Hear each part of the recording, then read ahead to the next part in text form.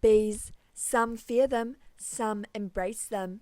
But there's no doubt that bees play a vital role on our environment. Many people think of bees, and for good reason, their minds go straight to the beautiful and delicious honey they produce. But they actually have a variety of roles that help our ecosystem. Vast amounts of plants that humans rely on for a food source need to be pollinated to survive. Without bees, we would be left without many of the fruits and vegetables we eat. Down at the Christchurch Hobbyist Beekeepers Club, they know a thing or two about bees and are keen to show others the ropes.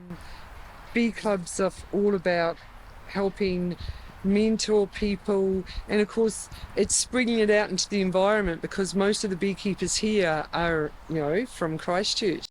Lee has been part of the club for nearly 20 years. She has a passion for beekeeping and helping others in their own beekeeping ventures. Hate them or love them, bees are an essential part of our ecosystem, and down here at Christchurch Hobbyist Beekeeping Club, they love them.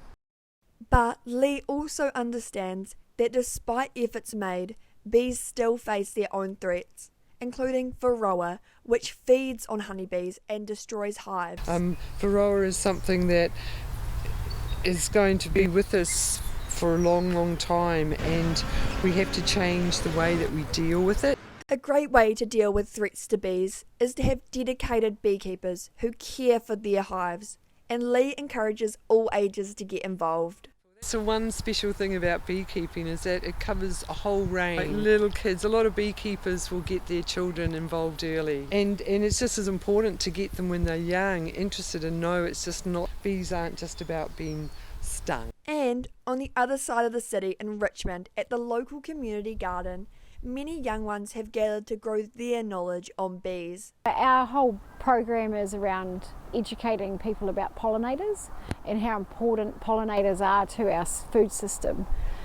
So getting in to see beehives and interacting with the bees in a safe way is a really great way to connect tamariki and families, like you saw today, families around how bees exist, not just honeybees, but also our native bees. Despite the cold, kids were able to suit up and learn all about how beehives work, including the roles each bee plays and how to look after bees in their own backyard. Despite many people jumping out of their seat when they see a bee, the next generation is eager to learn about how they can help bring hope to the bee community. Jaslyn Wales, Metro News.